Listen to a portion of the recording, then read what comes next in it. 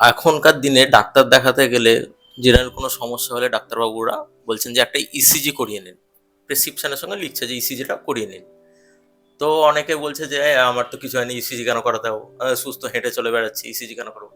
তো এই যে ডাক্তারবাবুদের এই ইসিজি পরীক্ষাটা দেওয়া, তো এটা কতটা গুরুত্বপূর্ণ, এই ইসিজি ব্যাপারটা, এটা যদি একটু বলেন, যে মানুষের যাতে হেলাফেলা করে না রাখে এবং গুরুত্বপূর্ণভাবে যেন নেয়, ব্যাপারটা যেন সিরিয়াসলি নেয়, যে ইসিজি করতে দিয়েছে মানে এটাও করতে হবে, ঠিক এইভাবে যেন ঠিক না ঠিক নেয় যে ঠিক কয়ে কেন করবো। না না, একদম ঠিক কথা, ঠিক কোশ্চেন করেছো। আহ, দিনকাল পাল্টিয়েছে, সবকিছু পাল্টিয়েছে। সবচেয়ে বড় কথা হচ্ছে ডাক্তারবাবু যখন লিখছে তার মানে সে কিছু একটা সন্দেহ করছে, সে কিছু একটা এক্সক্লুড করতে চাইছে। তাহলে আমার মনে হয় ইসিজি ডাক্তারবাবুরা বলে তো করে নেওয়া উচিত। খুব বেশি কস্টিং নয়, আছে কিছুটা আছে, 200-300 টাকা হয়তো লাগে, কিন্তু ওটা করে নেওয়া উচিত। কিন্তু করে নিলাম, সব ঠিক আছে, নর্মাল আসলো, খুব স্বাভাবিক মনে হয় ডাক্তারবাবু 200 টাকা বেরিয়ে গেল, নর্মাল তো দেখলেন।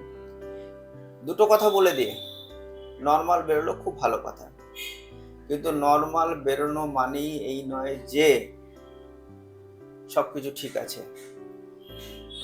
ইসিজি কি বলে, কি রিপ্রেজেন্ট করে, সেটা একটা ব্যাপার। যেমন অনেক সময় ডাক্তার বলে একটা ইকোকার্ডিওগ্রাফি করে নিন, কারণ আছে, বিশেষ করে অপারেশনের আগে এগুলো করতে হয়, প্রি অপারেটিভ চেক আপের লাগে এগুলো।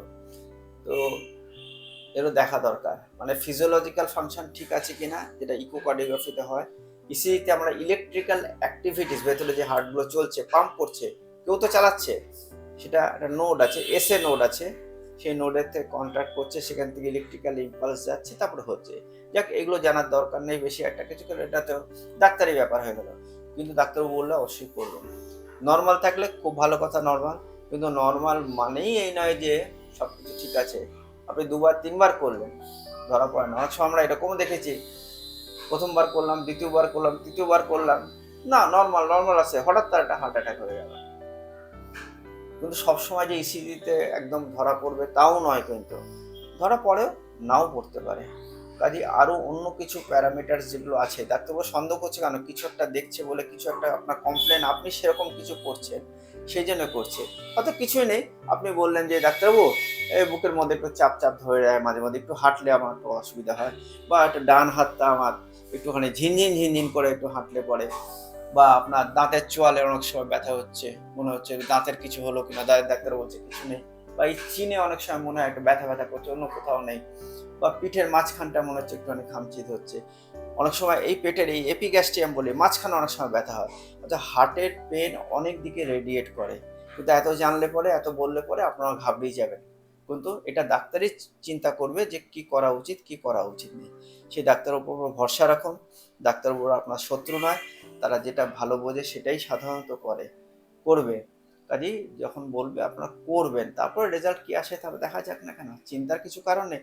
নাই তো খুব ভালো কথা, কিন্তু বললাম যেমন অপারেশনের আগে ওগুলো করে নিতে হয়, কারণ আপনি যখন অজ্ঞান থাকবেন তখন আপনার হার্টটা কেমন অ্যাক্টিভিটিস করবে কিছুটা তো আভাস করা যাবে। অনেক সময় আমরা অ্যাঞ্জিওগ্রাফি বলি, কেন বলি, কিছু একটা রোগ ধরার জন্যই তো বলি, আপনার শরীরটা যাতে ভালো থাকে সেই জন্যই তো ডাক্তারবাবুরা বলছে, এটা মনে রাখবেন। ঠিক আছে? এই ডাক্তারবাবুদের উপর ভরসা রাখুন, জেনারেল প্র্যাকটিস যারা করছে বা স্পেশালিস্ট প্র্যাকটিস করছে, যা বলবে একটু ফলো করুন। ভরসাটা রাখতে হবে, ভরসাটা না রাখলে কিন্তু চিকিৎসাটা কিন্তু ঠিকঠাক হয় না। আপনি যদি ডাক্তারবাবুর উপর ভরসাই না করেন, তাহলে ওষুধও কাজ করবে না আপনার। এনিওয়ে, আমি একটু মজা করেই বললাম।